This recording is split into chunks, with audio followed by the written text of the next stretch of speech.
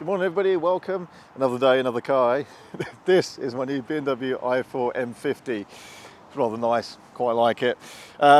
We've tried one of these before, but we only had it for a couple of days, and we did some testing with it for efficiency and range, but it was in winter, it was a freezing cold day, and it was a little bit disappointing. Didn't do brilliantly for range in the real world, but it's a few months later, it's much warmer. It's 9 o'clock this morning and it's about 15, 16 degrees here, so quite pleasant indeed. And we're putting it straight to work. So it's brand new yesterday. It's got about 35 miles on the clock. Straight into work today though, because I've got a couple hundred miles to cover. The plan today is going to go up to Amersham in Buckinghamshire. So that's probably a bit over 100 miles away. We're going to collect a Tesla Model 3. And in fact, we can then do some comparisons with a Tesla Model 3 performance actually on the way back. Probably charge us somewhere. Might go and use a Tesla supercharger now that some of those have opened up. So yeah, it's just going to be a day with the i4 M50 here just to see what it can do for efficiency and range now that it's in slightly warmer weather, with a little bit of comparison with the Model 3. And yes, I've got the least efficient wheel option, the 20-inch alloys. The reason I've got the 20-inch alloys is because then you can have the bigger brakes and the extra cooling. So if you're ever going to track this car, which I might well do, then you get that. You have to have the bigger wheels, the 20-inch wheels, and they just look good as well. But I will admit now, this is the least efficient wheel combination. But nonetheless, let's see what we can get. That look in the background, that was our breakfast stop. Yep. That's from McDonald's, that's my wife. Okay, so we've got in now. Look at the interior of this, eh? Woo! It's rather nice. It's rather plush in here. We'll do a separate video with the full kind of spec of this car, but it's an i4 M50 with most of the packs and options added, so it's rather nice, if a little expensive, coming in at £75,000. Still, it is a nice place to be. You remember from my previous review videos, you know, there's a few things I kind of criticised with it. I think I just had some slightly misaligned expectations, and there's a few compromises because this is a car that shares a chassis with combustion versions as well. But nonetheless, you know, it does strike a pretty good balance between some pretty savage performance and a bit of luxury. So it's got a lot of plus points as well, and a great spec, head-up displays and laser headlights, electric deployable tow bar. I mean, I've got most of the options in here: carbon trim, individual leather, all that kind of stuff. So 16 degrees Celsius outside now. I charged the car to 100% this morning when and preconditioned for leaving home. We then drove about 50 miles, had a quick pit stop there on coffee, and now we're just joining the motorway and we'll get going here. On the 100% charge this morning, bear in mind the car's got 35 miles on the clock, it showed 229 miles of range, but that range estimate does vary based on how the car's been driven. So what I'm going to do here now, as I settle into the motorway, I'm going to just put Eco Pro on, but I'm going to be doing speed limits. I'm not going to be hypermiling or particularly trying, just driving at speed limits, unusual for a BMW, I know. Yeah, let's just hit the road, and we're going to go and pick up this Model 3 Performance. Let's hit the road, Jake. Gives us a chance to compare that a little bit as well. Good cruiser. Right, let's settle in. I'll give you a couple of opinions possibly on this car, but obviously what I want to do, and the reason we got this on fleet for a bit, I mean, I ordered this car 9 months ago, but most of the kind of opinions I'm going to kind of save for once I've used this car for a little while. That's the point really. You know, let's make use of this car, put some mileage on it over the coming weeks, and then we can give another review with a bit more kind of experience, but I'll give you some of my little bits and pieces and thoughts in the meantime. Okay, I've been driving this for a little bit now, so just give you some of the kind of initial opinions and views, and I'll reference Tesla and Taycan probably because those are cars I spend quite a lot of time in as well. It's very refined, it's very smooth, it's very comfortable. This has got coil spring suspension on the front but air suspension on the back, so kind of a weird mixture, but it balances out well, feels nice. So it's more comfortable ride than a Tesla Model 3 or Model Y by quite a long way, but it's not quite as absorbent or as comfortable as a Taycan, I have to say. Taycan's remarkable, you know, it's so smooth, that car, it's unbelievable with the air suspension. And it's on bigger wheels. And Taycan's on actually 21-inch wheels as well, but this is got a nice balance because it is very comfortable, but you can still kind of feel what's going on, so it's good. The seats, excellent, agree, seats are very good, and I've actually got adjustable side bolsters and everything here, so that's lovely. Very well suppressed wind noise. Apple CarPlay integrates really well, including into the dash here and the head-up display and everything like that. I actually like having the additional kind of side warning lights and the wing mirrors. On a Tesla you don't get that, you get it on the screen if you're about to change lane, but that's kind of good. So just a nice refined car. It's got some brutal performance as we've seen before. It is a quick car.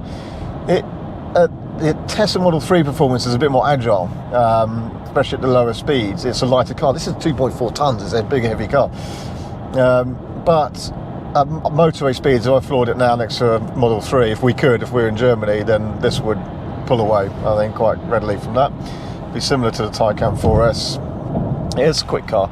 It does it in a much more dramatic way than a Tesla though. So Tesla's just kind of point, shoot, go, and this does make a bit more of a song and dance about it, but it's got character for that, so I'll give it that. So yeah, you know, a great refined cruiser. And what I did find before, after spending, I think one of my days I spent like 400 miles in a day, many hours in the car, and it was just a nice place to spend that amount of time. It's got that kind of level of refinement which when you're doing the longer days you can appreciate. So yeah, it's nice. However, what the main focus for today is to see what we get for efficiency on this run, which is mostly motorway at 70 miles per hour. The car's reading 16.5 degrees Celsius as an outside temperature now, so it's fairly mild. It should do quite well. We'll see what we get. Anyway, let's finish the journey on the upward leg, then get this Tesla, then we'll return. Okay, so excuse the chainsaw noise going off over there. So as with most of our videos, we do bits in the course of our work. So we are just collecting this car today to take back to our showroom and eventually sell.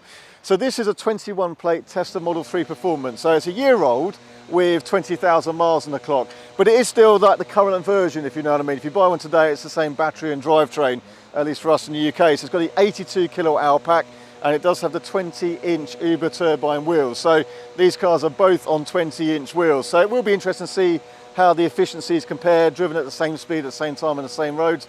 I don't think the Tesla's been driven today, so it's at the disadvantage of possibly having a cooler battery.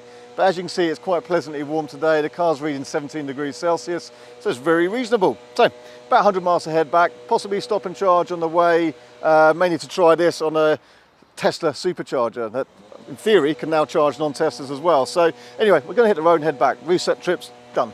Okay, so I've just charged a non-Tesla at a Tesla supercharger.